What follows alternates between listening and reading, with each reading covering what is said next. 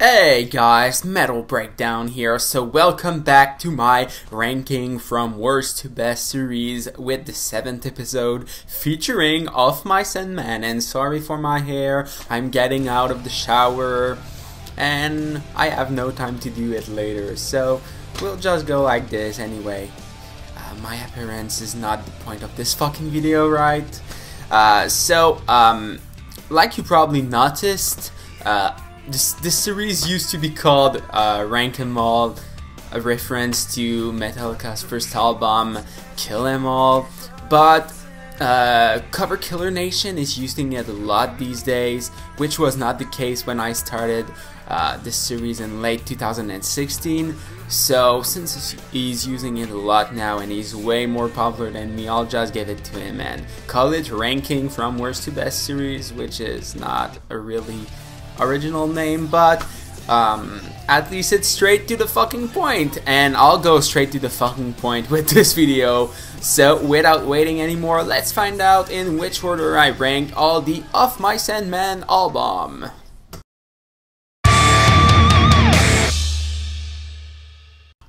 So, in the last position, 5th position, I'm putting the 2016 album Cold World.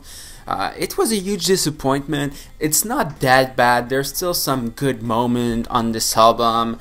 The Lie is a good song. Pain, maybe Relentless, and even Away for a soft one. It's decent, but overall this album, the main reason why I don't like it is just because it's kind of boring. Especially like the first track, Game of War. When I heard that song's name, when I saw the track list before the release of the album, I was like, oh, this will be so fucking heavy, this will be so fucking good. But it's like one of the most boring track I've heard in my whole life. Yeah, so overall, could have been a great record, especially since it was Of Mice and Men's last album with Austin. So it's kind of ending on a sad note, but at least had some good moment. Pain was the first great single. I was hoping for something better, but sadly we did not get the album that we wanted. After that, in the 4th position, I'm putting the very first album by the band, the self-titled album. There's great moment on it. Second and Simmering is still one of their most well-known songs. It's getting a bit old, but overall, it's a great album. It was a great introduction to the album that would follow up. I'm talking about Flood, and you'll see where it lands on my list later. But they were not quite there yet. Still a lot of improvement to make, but overall, I like this one way better than Cold World, to be honest. In the 3rd position, entering the fucking top 3, I'm talking about Defy, the brand new album by the band. And look at this, it's so fucking beautiful. I love what they did with the design of this album. Look at this, wow.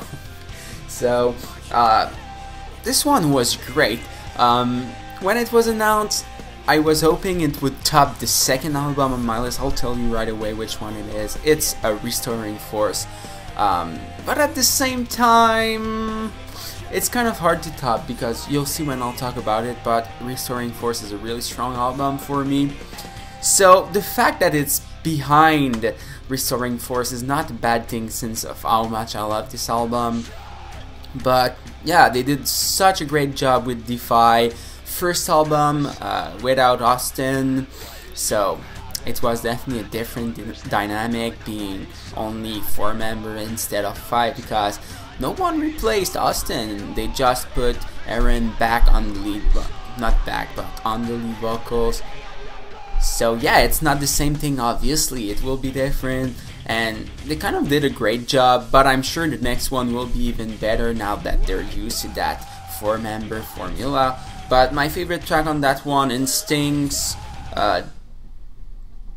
Warzone, Forever You Dig In, and maybe If We Were a Ghost.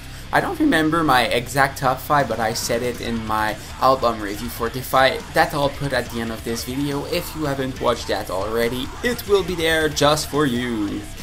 And on the second position, like I said, Restoring Force, and it kind of have a special place in my heart, probably because I discovered Of Mice and Men with that album, and I discovered them through Avenged Sevenfold, because Avenged Sevenfold, I think, put the top 5 in your list probably in 2014, which was the year this album was released, and I saw that and I was like, okay, I'll go check that out, and I saw the band's name previously, so I was like, oh, I really need to check them out. I've heard Bones Exposed first, I think. No, that's really not true. The first one I've heard was You're Not Alone, and I was like, okay, that's fine. After that, I downloaded the entire album, and I didn't touch it for a while, and after I discovered Bones Exposed, and that fucking riff melted my brain. Overall, probably a bit too many soft ones in that album, but overall, it's a fucking strong album. And now, yeah, it's kind of obvious to see which one will be my favorite album of Mice and Men, and yeah, it's the Flood, the Deluxe edition, because yeah, you need the Deluxe, because the second disc with, I think, the Calm, the Storm, the Flood, and the Dead. What the fuck?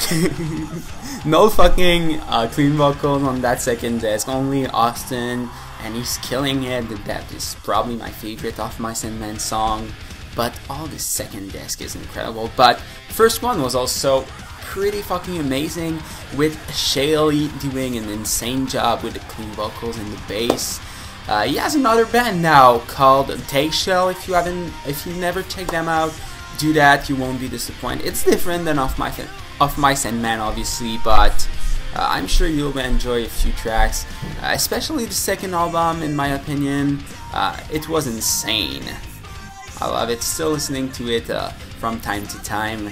And yeah, this album is just a fucking monster. All the tracks on it are awesome. I could listen to it from start to finish like every day, and I would not get bored of it. It's that great, and the production is so this is how I would rank all the Of Mice and Men album. Make sure to tell me how you would rank them in the comment section. There's only 5 albums, so it should not be too long to do, and we could have some cool discussions. So yeah, I'm pretty sure that's it. Like I said, I'll put my album review for Defy right there, probably my album review I made in 2016 for Cold World as well, but I was pretty bad back then, so I don't know, and probably a reaction or two. You'll find out at the end of this video. Make sure to subscribe if you love what I do on this channel, and thanks for watching, guys. I'll see you all in the next video.